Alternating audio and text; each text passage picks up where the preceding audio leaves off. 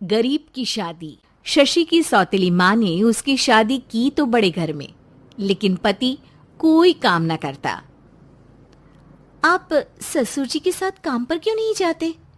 अब हाँ जाऊंगा, लेकिन कल से। आज जरा मैं दोस्तों के साथ घूमने जा रहा हूँ। शशि के 2 बच्चे होते हैं, लेकिन रमेश का हाल वैसा का वैसा ही रहता है। एक दिन, सुनिए ना, बच्चा रो रहा है, इसके दूध के लिए पैसे नहीं है। अरे तो पिताजी से ले लो ना। क्यों? अगर आप में कमाने की क्षमता नहीं थी तो शादी क्यों की? तभी घर आई बड़ी ननद बोल पड़ती है। आहा हा हा, तुम्हारी माँ को साफ साफ कह दिया था कि लड़का ना कमाता है ना कभी कमाएगा। हम 4 बहनें हैं इसका ख्याल रखने के लिए, और पिताजी का इतना सारा पैसा, तुम्हें किस चीज की कमी रखी है? लेकिन थोड़े ही सालों में तकदीर बदल जाती है। शशि का ससुराल गरीब हो जाता है। सब बिकने के बाद शशि अपने पति, बच्चे और सास के साथ किराए के मकान में आ जाती है। मैं कोई नौकरी करना चाहती हूँ दीदी। अरे इतने बड़े घर की बहू थी शशि, तुम नौकरी करोगी? नहीं नहीं नहीं नहीं। नहीं करूंगी तो घर कैसे चलेगा? बच्चों को भी तो पालना है ना। तभी शशि का भाई आ जाता है। शशि, ये ले राशन का सामान, किसी भी तरह की कोई भी जरूरत हो तो बताना। भाई, अब मैं नौकरी करूंगी। देख बहन, वैसे तो मैं तेरे साथ हूं, लेकिन हाँ, मैं ये भी चाहता हूं कि तू अपने पैरों पर खड़ी हो जा। शशि को एक प्ले स्कूल में छोटे बच्चों को संभालने की नौकरी मिल जाती है। एक दिन, शशि, मेरे स्कूल को अब तुम संभाल लो।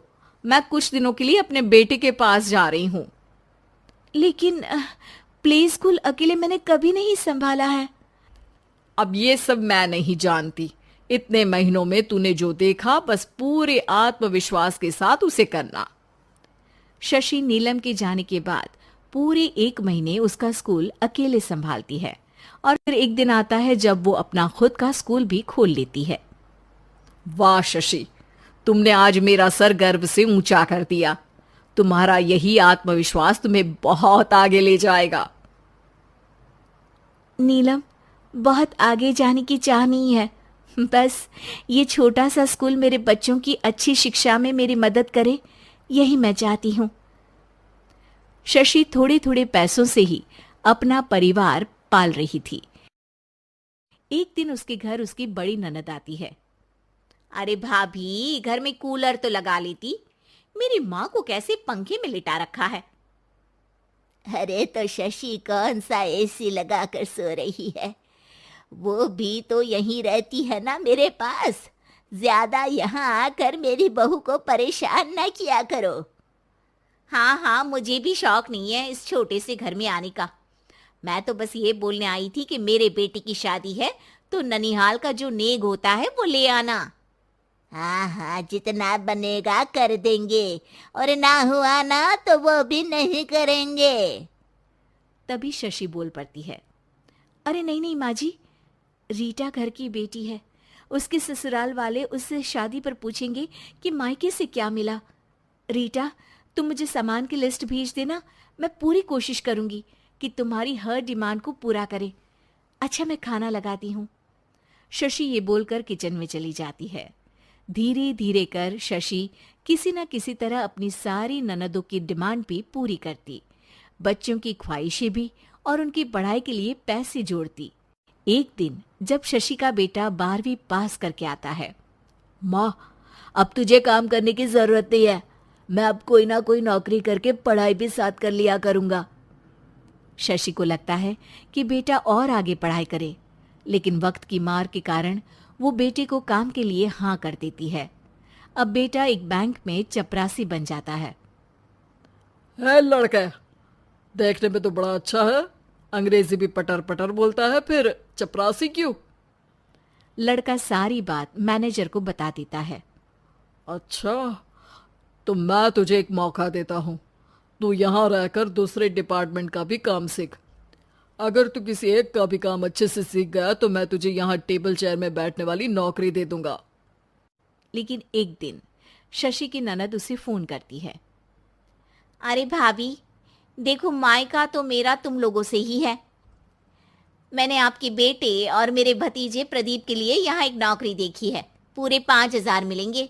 वैसे करता ही क्या है, चपरासी ही तो है ना।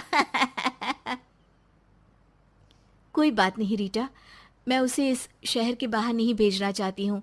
बाकी वो शाम को आएगा तो मैं पूछ लेती हूँ। वहीं प्रदीप मैनेजर की बात से खुश हो जाता है और मैनेजर के काम पर ही नजर रखने लगता है। वो उनकी तरह के पेपर पढ़ता, काम करता और आने वाले लोगों की बातें सुनता। एक दिन बैंक में ऑडिट वाले आते हैं। ये गलत है, पूरी बैलेंस शीट नहीं मिल रही है, कहीं ना कहीं गड़बड़ है। ए मैनेजर, क्या करते हो? बैंक के पैसों का हिसाब सही नहीं है।